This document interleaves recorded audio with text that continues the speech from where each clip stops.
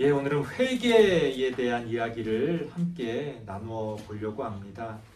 우리 교회에서 많이 또 언급하는 주제 가운데 하나입니다. 예수님께서 이 땅에서 처음 복음을 전하실 때도 회개하라 그렇게 말씀하셨기 때문에 우리의 신앙의 어떤 길을 걸어가는 데 있어서 가장 먼저 우리가 접하게 되는 것이 바로 회개라고 성경은 이야기합니다. 보통은 이제 교회에서 회개해라, 회개했냐 이제 그렇게 이야기합니다만 사실은 이 회개라는 것을 우리의 삶 가운데서 한 번만 이루어지는 그러한 일로 볼 수는 없다는 거예요. 이제 이것 때문에 많이 오해가 돼요. 그러니까 한번 이렇게 회개했으면 왜 또 죄를 져가지고 또 회개를 하냐? 그러면 이제 어떻게 이야기하냐면 너는 그러면 그 앞에 번에 회개한 거는 진짜 회개한 게 아니다. 뭐 이렇게 주장하는 사람들도 있습니다. 왜 이런 오해가 생기냐면 회개라는 것이 무엇을 의미하는지를 잘 몰라서 그래요. 사실 우리가 교회에서 평소에 익숙하지 않은 수많은 단어들을 사용합니다만 그 의미를 잘 배우거나 잘 이해하지 않고 신앙생활하는 경우가 많아요. 심지어 가르치는 사람도 거기에 대한 분명한 어떤 기준, 그런 어떤 정의가 없다 보니까 이 말할 때 다르고 저 말할 때 다르고. 그러니까 이제 결국에는 그러면 사람들이 어떻게 이해하고 믿느냐? 다 자기 마음대로 이해하고 믿어요. 회개라는 것도 그런 주제 가운데 하나라는 거예요. 회개는요, 그냥, 내가 회개했어. 그래서 이제 예수 믿었어. 그래서 난 이제 천국 가. 이렇게 그냥 한 번 경험하고 끝나는 게 아니라는 거예요.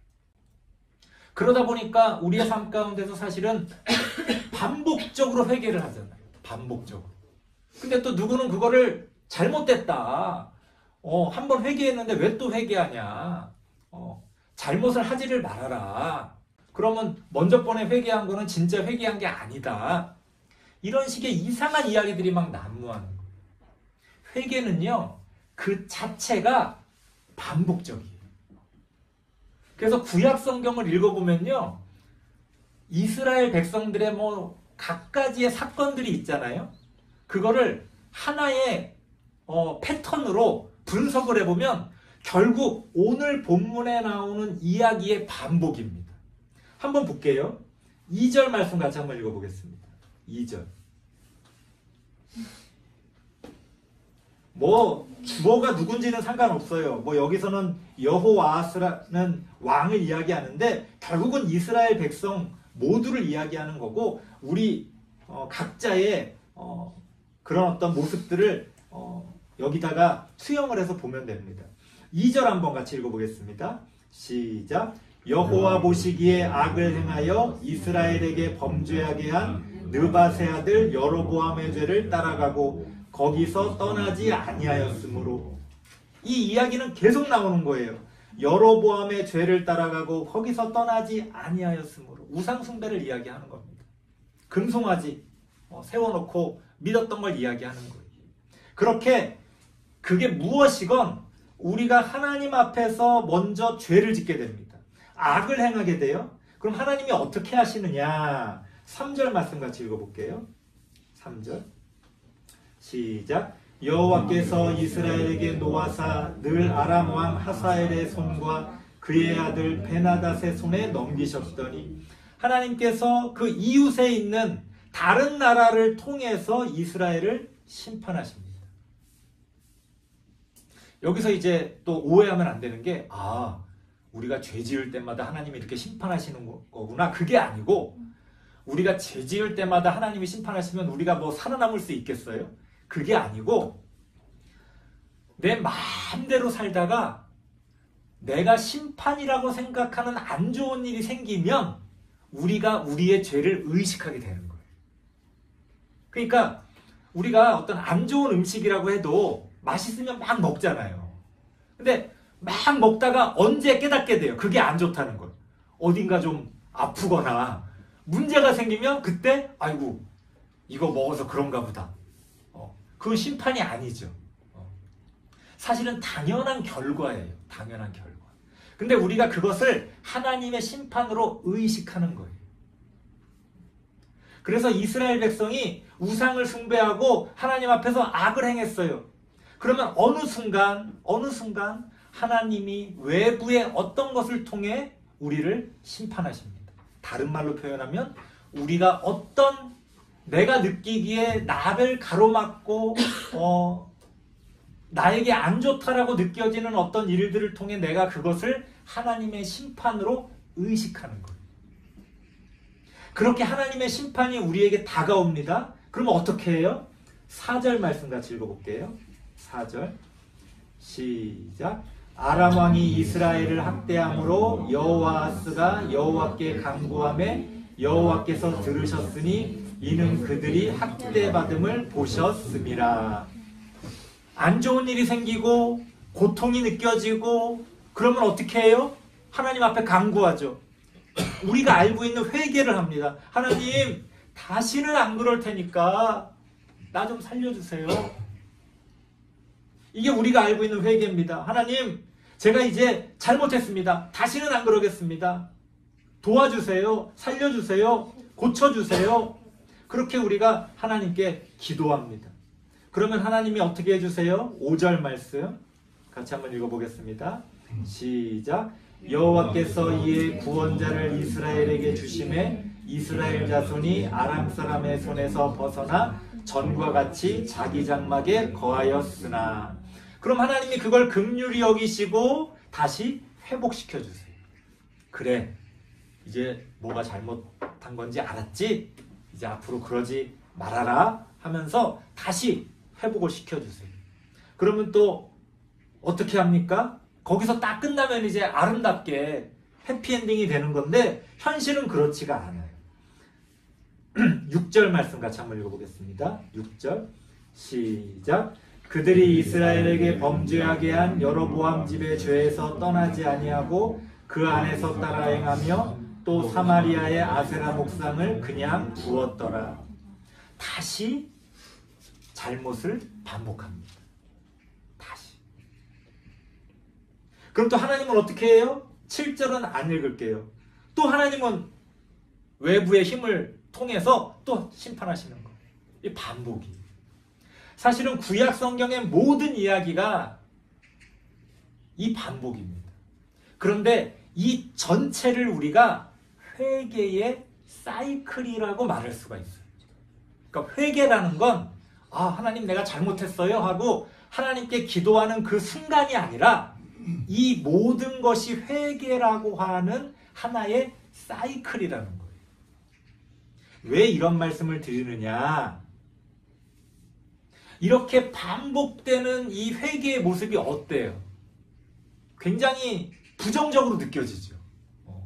아유, 안 돼, 안 돼. 아유, 쟤는 안 돼.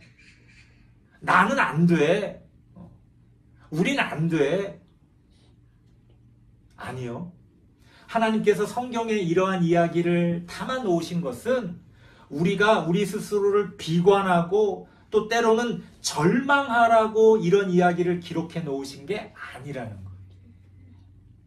하나님께서는 이 회개의 사이클을 통해 우리에게 회개의 의미를 알려주십니다. 회개라는 것이 단순히 내가 그래 이젠 잘해보자 그렇게 내가 결심하는 것이 아니라는 거예요. 그렇게 결심한다고 해서 우리가 그 회개의 사이클을 벗어날 수는 없다는 거예요. 우리는 여전히 동일한 잘못을 저지르고 아무것도 바꿀 수 없을 것 같은 현실에 맞닥뜨리게 됩니다. 그러면 하나님께서는 이런 이야기를 통해 우리에게 무엇을 말씀하시고 싶으신 걸까요? 회개의 의미를 먼저 한번 이야기해 보려고 합니다. 구약 성경에서 회개라고 하는 단어를 찾아보면 히브리어로 나함이라고 해요. 나함. 이게 어떤 뜻이 있냐면 문자적으로는 슬퍼하다, 애통하다 이런 뜻이 있어요. 어떤 일에 대해서 슬퍼하고 애통하기 때문에 결국 마음을 바꾸다, 의견을 바꾸다, 뒤집다, 이렇게 뜻이 확장이 됩니다. 그러니까 구약 성경에서 말하는 이 히브리어, 나함이라는 이 히브리어의 의미는 내가 뭘 잘못했는지를 깨닫고 후회하는 거예요. 아, 이거 내가 잘못했구나. 잘못했는지 깨닫지 못하면 아무것도 안 바뀌죠. 그러니까 히브리어의 이 나함이라는 건 우리가 후회하는 걸 얘기하는 거예요. 슬퍼하고 애통하고 아, 내가 그랬으면 안 됐는데 내가 왜 그렇게 했을까? 내가 잘못했다. 내 잘못을 깨닫는 거예요. 이것은요, 방향이 과거를 향해 있습니다. 과거의 나의 잘못이 어떤 것인지를 깨닫는 거예요. 그래서 거기에 대해서 후회하는 거예요. 아, 내가 그랬으면 안 되는데. 신약 성경으로 넘어오면요, 이 회개의 의미가 좀 달라집니다. 신약 성경에서 회개라고 번역한 그 헬라어 단어가 메타노에오라는 거예요. 메타노에오. 이 메타노에오의 뜻은, 문자적인 뜻은 이동, 움직이는 거죠. 변화, 이런 뜻을 담고 있어요. 무슨 얘기냐면 내가 잘못한 어떤 자리가 있잖아요. 그 자리에서 이동하는 거예요. 올바른 곳으로. 내가 잘못하고 있는 어떤 모습이 있잖아요. 거기서 변화되는 거예요. 다른 모습으로, 옳은 모습으로. 이 신약에서 말하는 회개의 방향은 어느 방향이에요? 미래죠. 미래. 구약 성경에서 끊임없이 회개의 사이클이 어때요? 잘못했다가 혼나고, 다시는 안 그러겠다고 했다가 다시 잘못하고 또 혼나고. 우리가 이러한 모습을 보면서 많은 사람들이 아이고, 아까 말씀드렸어요. 난 안 돼. 쟤는 안 돼. 우린 안 돼. 이렇게 나오지만 사실은 그렇지가 않다는 거예요. 하나님께서는 그런 회개의 사이클을 통해 우리가 미래를 향해 나아가기를 원하십니다. 그러기 위해서는 어떻게 해야 돼요? 우리가 하나님을 믿고 의지하고 예수 그리스도를 따르는 그 믿음이 필요하다는 거예요. 어떤 사람이 잘못을 반복한다고 해서 그 사람이 앞서 후회한 것, 앞서 깨달은 것을 우리가 무시할 필요가 없어요. 아유, 쟤는 저렇게 또 잘못하는 거 보니까 우리는 어떤 사람이 후회하는 것에 대해서 결과가 좋지 않으면 그 사람을 비난합니다. 하지만 하나님은 우리를 비난하지 않으세요. 하나님은 우리가 그럴 수밖에 없는 존재임을 알고 계십니다. 그래서 지겨울 정도로 이 회개의 사이클을 반복하세요. 하나님. 기다리시는 거죠. 우리 같으면 한두 번 참다가 못 참잖아요. 구약 성경은 어때요? 처음부터 끝까지, 아니 마지막까지, 우리가 하나님께로 돌아올 때까지 하나님께서는 그 회개의 사이클을 기다리고 계신다는 것. 그래서 우리가 구약 성경에 나오는 그러한 어떤 회개라고 하는 단어, 나함이라고 하는 그 단어, 후회하고, 하지만 과거를 후회하지만 미래로 나아가지 못하는 우리의 연약함, 우리가 그것을 인정한다면 우리에게는 여전히 희망이 있다는 겁니다. 많은 사람들이 하나님보다 먼저 포기해버려요. 내가 나를 혹은 다른 사람을 우리 모두의 모습 가운데서 얼마나 우리가 많은 경우에 일찍 포기하는지 모릅니다. 하지만 하나님은 나를, 하나님은 너를, 하나님은 우리를 포기하지 않으신다는 거예요. 제가 드라마 이야기를 가끔 드리는데요. 어떤 드라마들 보면은 막 막장으로 치달을 때가 있잖아요. 아니 저거 어떡하려고 저렇게 막장으로 가나? 아니 이거 어떡하려고 그러는 거야? 이거 어떻게 되는 거야? 그런데 놀랍게도 마지막 회에 가까이 가면은 그 모든 것들이 한순간에 해결이 됩니다. 되게 웃기기도 한데 또 가만히 살펴보면 어떤 문제가 또 해결되려고 하면 이렇게 한 번에 해결되는구나 라는 걸 또 깨닫게 돼요. 우리의 삶에서도 마찬가지입니다. 처음부터 끝까지 이겨야 마지막에 이기는 겁니까? 아니죠. 수많은 우여곡절 끝에 하지만 어떤 결과가 우리에게 주어질지는 아무도 알지 못하는 거예요. 믿음이라는 건 그러한 희망, 하나님이 우리를 포기하지 않으시고 우리를 붙들고 가신다라고 하는 그러한 믿음을 우리가 붙들고 하나님과 함께 미래를 향해 나아가는 겁니다. 우리가 예수 그리스도를 바라보고 예수 그리스도와 함께 동행할 때 바로 신약 성경에서 말하는 헬라어 메타노에오라고 하는 우리가 하나님이 기뻐하시는 그러한 미래를 향해 나아갈 수 있는 힘을 얻을 수가 있다는 겁니다. 비행기를 보면 활주로가 필요해요. 비행기마다 활주로의 길이가 좀 다릅니다. 짧은 순간에 짧은 거리에도 하늘로 날아오를 수 있는 비행기도 있지만 어떤 비행기는 꽤 먼 거리를 그 활주로를 달려가서 결국은 하늘로 날아오릅니다. 사람마다 그 활주로의 길이가 다르다는 거예요. 그런데 우리는 천편일률적으로 하나의 기준만을 가지고 야! 너 왜 이렇게 길어? 더 빨리 날아올라야지. 그렇게 다그쳐요. 그럴 필요 없다는 거예요. 더 빠른 사람도 있지만 더 느린 사람도 있습니다. 더 짧은 사람도 있지만 더 긴 사람도 있어요. 다른 사람보다 긴 활주로가 필요한 사람, 그 사람에게는요, 그 회개의 사이클이라는 것이 실망과 절망의 반복이 아니라 바로 성장을 향해 나아가는 과정이 될 수 있다는 거예요.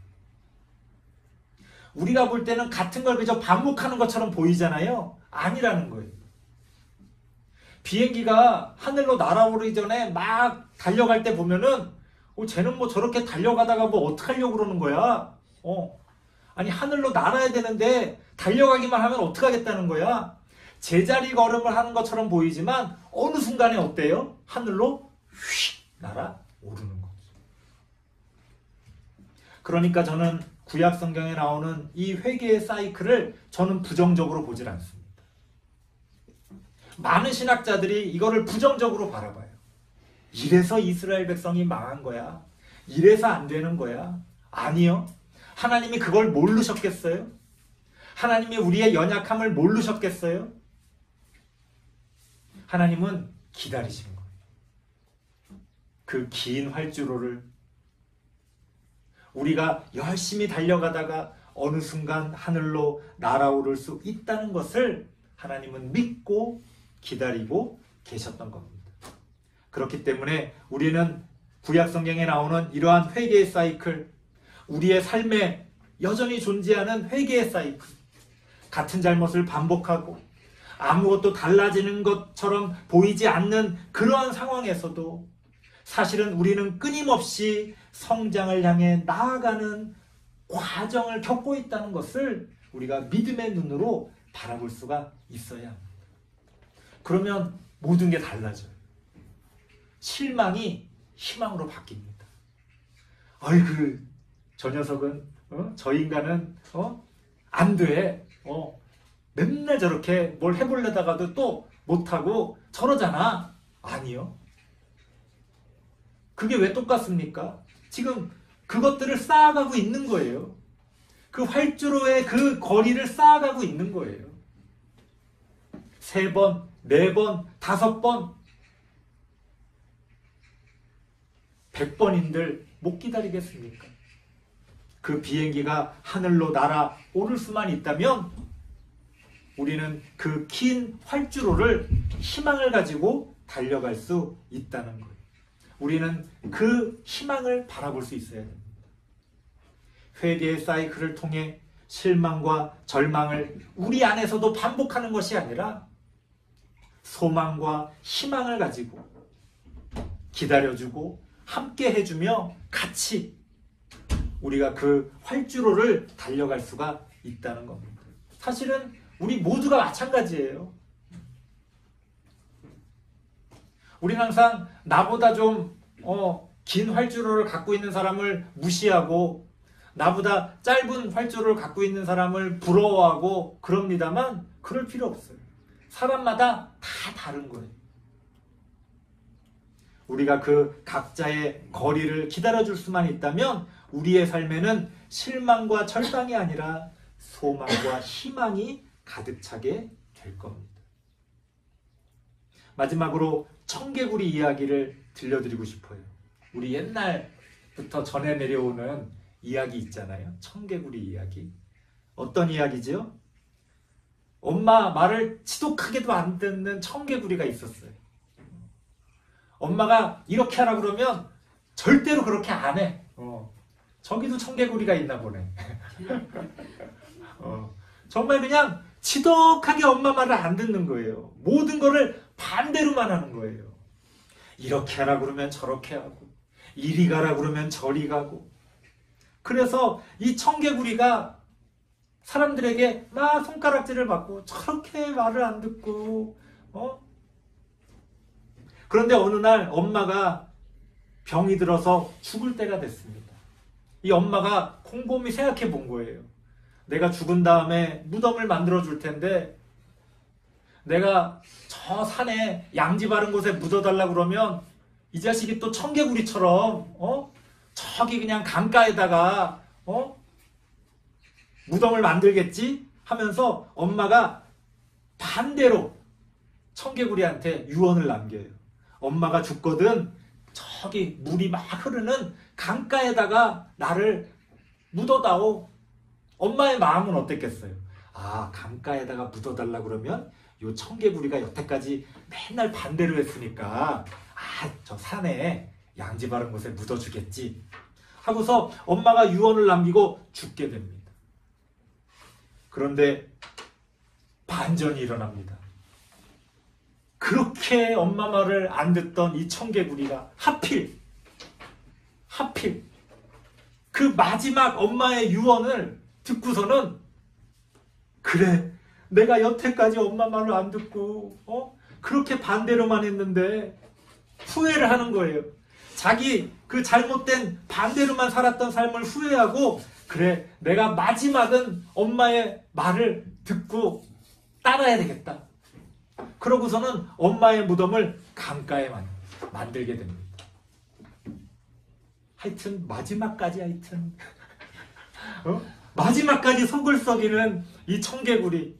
그래서 청개구리가 엄마의 무덤을 강가에 만들어 놔가지고 이 청개구리가 비가 올 때마다 그 엄마의 무덤이 떠내려갈까봐 그렇게 개굴 비가 올 때마다 그렇게 운다더라. 이게 옛날부터 전해 내려오는 청개구리 이야기입니다. 우리가 이 청개구리 이야기를 들으면 어때요? 아이고 진짜 이놈의 청개구리 하여튼 마지막까지 하여튼 속을 썩여. 이 녀석은 안 돼. 하여튼 마지막까지 부모의 기대에 어긋난 우린이 손가락질을 합니다. 이 청개구리를 살아있을 때도 저러더니 마지막까지 엄마 속을 저렇게 썩이는구나.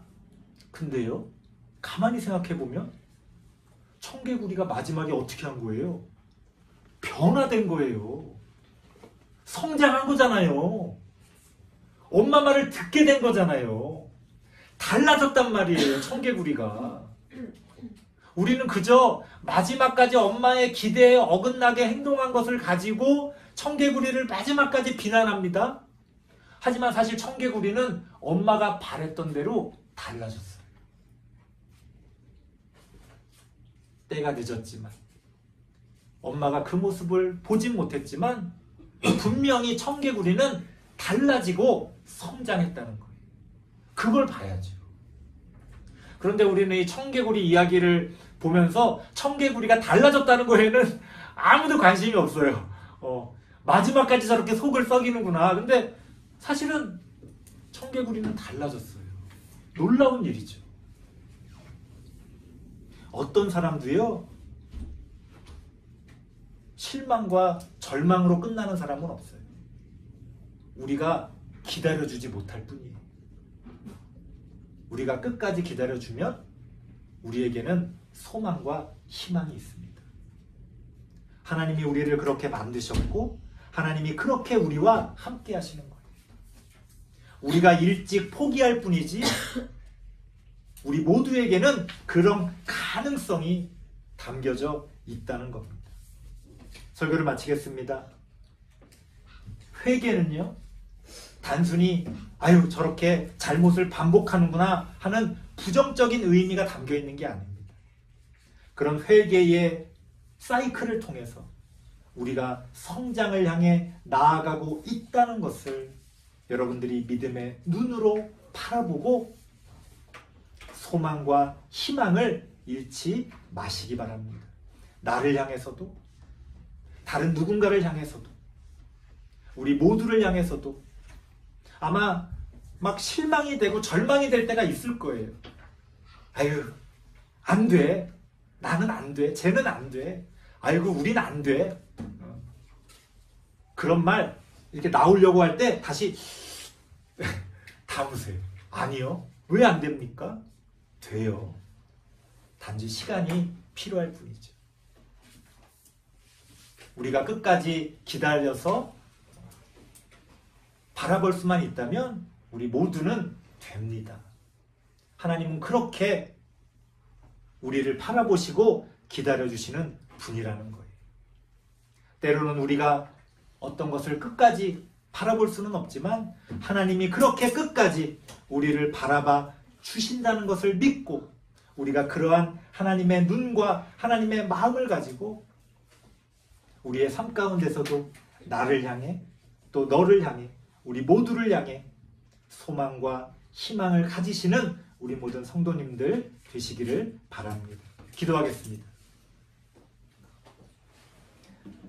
하나님 감사합니다. 우리는 여전히 잘못을 반복하며 회개의 사이클 안에 갇혀 있는 것처럼 느껴질 때가 많이 있습니다. 하지만 우리는 멈춰 있는 것이 아니라 마치 우리가 자전거 바퀴를 반복적으로 돌리면 앞으로 나아가는 것처럼 우리의 삶도 그렇게 앞을 향해 나아가고 있는 줄 믿습니다. 그 회개의 사이클을 통하여 긴 활주로를 지나 성장을 향해 나아가는 우리 모두가 되어질 수 있도록 하나님 함께하여 주옵소서. 예수님의 이름으로 기도드리옵나이다. 아멘.